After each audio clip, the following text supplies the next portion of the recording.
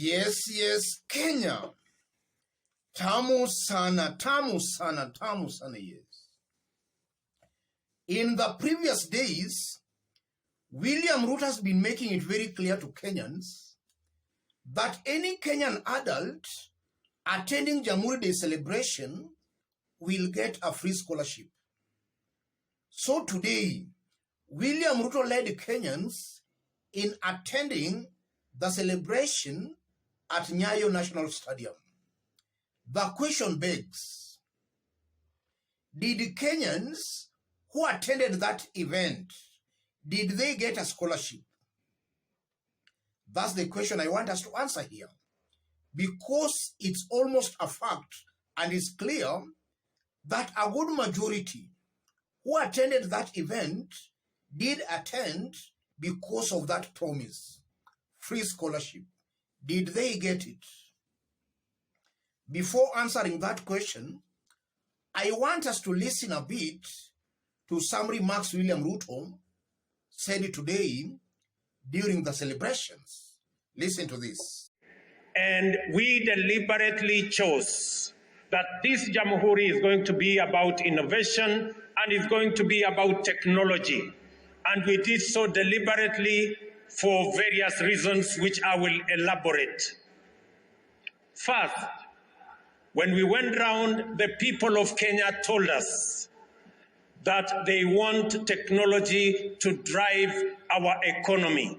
And that is why we have decided that we are going to have a 100,000 kilometer super highway that is going to be built to enable internet access our homes, our cities, our towns, and every part of the Republic of Kenya, because that is how we are going to be delivering government services going into the future.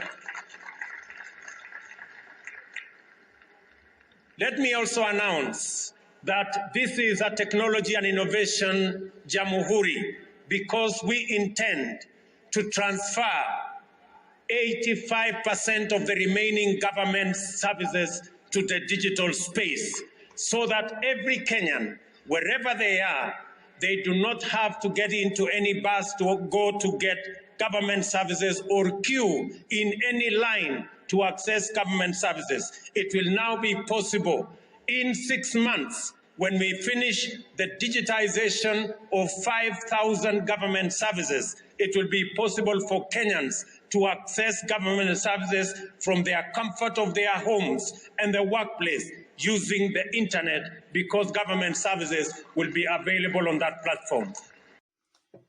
Those remarks by William Ruto caught my attention because he's talking of 6 months. So it appears William Ruto has got some affinity to this term 6 months. And anytime William Ruto talks about 6 months, what rings in the mind of a good majority of Kenyans are his promises of the stadiums. In 6 months, Cameroon Stadium, in 6 months. So this 6 months kind of an over remark actually rings bells in Kenyans' minds of William Ruto's failed promises. So even before digging deep into our analysis, maybe it's time William Ruto should drop all this idea of 6 months. Maybe he should be talking of 2 months or 1 month or even 2 years or 1 year. The 6 months just reminds Kenyans of his unfulfilled promises in the past. And even these Kenyans, the moment he mentioned 6 months, quite a good majority of Kenyans never took him seriously, because they know after all, he'll not fulfill on the promise. And besides that, William Ruto also made so many promises that I want us to briefly, very fast, have a look at here to see what they mean politically. From that short clip, William Ruto is saying Kenyans told them that they wanted technology to drive the economy. Is that the case? That's a very big lie. William Ruto was giving wheelbarrows to Kenyans, and he was telling them that they can move from that wheelbarrow from bottom to up. And his supporters, who we are assuming were the majority, who voted for him to be the president, never told him of anything to do with technology. Those are William Ruto's own words, or maybe he listened to Azimio supporters. And in this case, I'm assuming if he wants to implement what Azimio supporters were saying, then it's clear he is going against what the majority who voted him as the president told him. His supporters never told him they wanted a technology. They were for pro-wheelbarrow, and they had nothing to do with technology. William Ruto is lying in broad daylight. And he's also talking about 100,000 kilometers of road, superhighway, to enable internet connectivity. I just don't understand how roads and internet connectivities, I just don't understand the interconnect there, rather how these two are related. But it's a fact, William Ruto is just making fake promises. Promises most likely he will not keep or even fulfill. And also from William Ruto's long speech, he talked of subsidized fertilizer to be dispensed online to eliminate cartels. So if you are a farmer, maybe in Rift Valley in the rural, you will only access fertilizer online. How realistic is that? William Ruto has his priorities completely wrong. A good majority of the farmers do not even understand or know what internet or online is. Wrong priorities again here, or misplaced options and priorities. I also saw William Ruto talking about universal healthcare online. In my honest opinion, that's also just a pipe dream again, because it won't be possible going by the kind of a government we are seeing here, making promises that are not actually kept or even fulfilled. And then again, not everybody has access to a smartphone. And also I saw William Ruto talking about 15.4 million hustlers who have so far subscribed to the Hustlers Fund in just 12 days.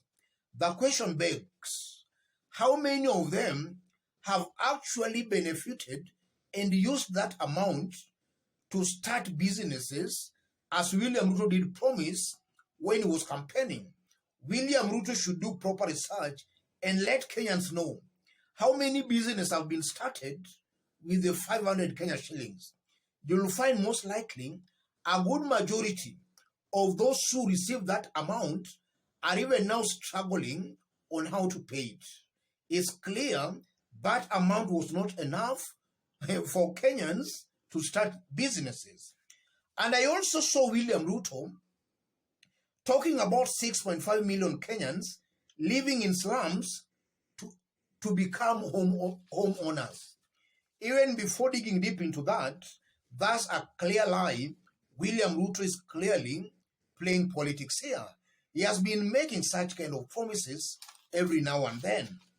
And then I also saw William Ruto talking of importing 10 million bags of assorted food items, including maize. He was terming them assorted, and he was not coming out clearly that the government intends of importing 10 million bags of GMO maize. So William Ruto is cleverly avoiding to mention GMO maize. Another confirmation, William Ruto is just playing ping pong games with the Kenyans. And also I saw William Ruto talking about tree building, tree planting and housing buildings on bottom ups. I think no need of even to mention or rather to dwell deep onto that, because it's clear those are just lies as usual. So the big question, Kenyans who attended the event, did they get the scholarships as William Ruto did promise?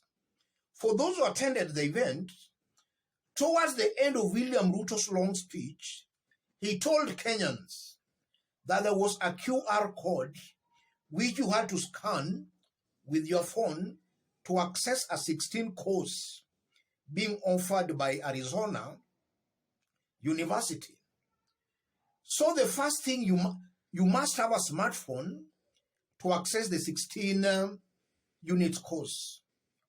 And in most occasions, a good majority of people normally attending these rallies, some do not even own or even have smartphones. So it's a fact that a good majority of those who might have attended that event were not having smartphones. So they were not able to access the scholarship. So it's true, William Ruto lied to Kenyans that everybody who was to attend the event was to get a free scholarship. Ruto lied to Kenyans. He never made things clear to Kenyans that the first requirement, you had to have a smartphone. And then secondly, even if assuming you accessed the scholarship, what would be the completion rate? Is, in my honest opinion, and in my honest opinion, let me just put it that way, I'm very sure that a good majority of those who might even access it might not even complete that 16 course, because to them, the course might even be quite irrelevant to their immediate pressing needs. In fact, what William Ruto ought to have done was to address the real issues facing Kenyans, the cost of unga. He promised that immediately akiweka Biblia chini, unga was to be 70 bob. That's something that William Ruto ought to have addressed there, the cost of living. William Ruto ought to have concentrated more on the issues that are pressing Kenyans, immediate needs of Kenyans. William Ruto ought to have addressed those immediate needs and even long-term needs. I don't think that the issue of free scholarship is a pressing need to a majority of Kenyans. I'm just assuming that it's something that might not be of much use to a good majority of Kenyans, maybe currently. And above all, I'm seeing a William Ruto who also hijacked the wonderful Jamhuri Day celebration and turned it to, or rather he was using that occasion for very irrelevant issues. I believe a Jamhuri Day celebration should be used to celebrate maybe on how Kenya attained its independence.